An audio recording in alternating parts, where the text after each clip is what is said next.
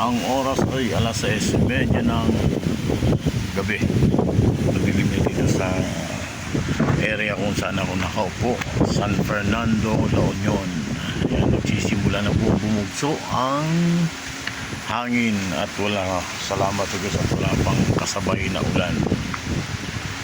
Ang alam ko 8 o'clock ang dating or maybe madaling araw, pero ang hangin po medyo malakas na. Siyempre kakabahan tayo. Ayan.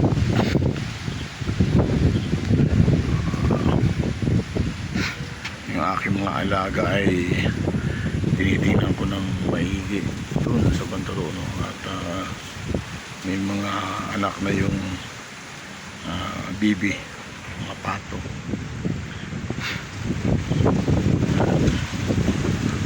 Yan yung makikita natin kung gaano malakas ng hangin gawa ng yung aking niyog. Yan po. Wala pa akong kasamang ulan yan. Medyo madilim lang doon sa saging ko.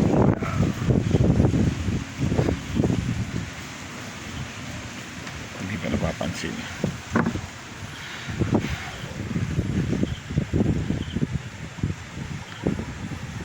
Tingnan natin yung sitwasyon sa ibang lugar.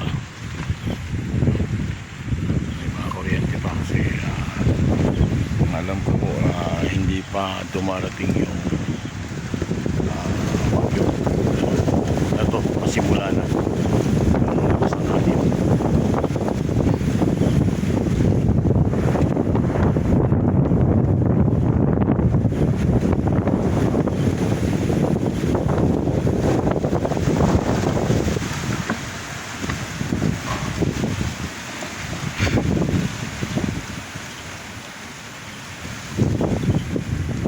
Guyabano ko iba ng lakas ng tapyo.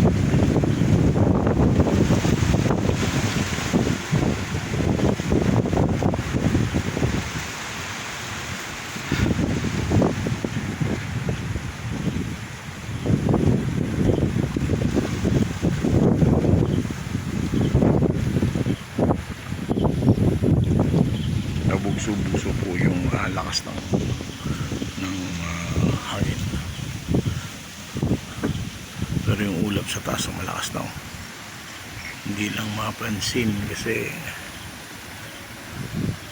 ay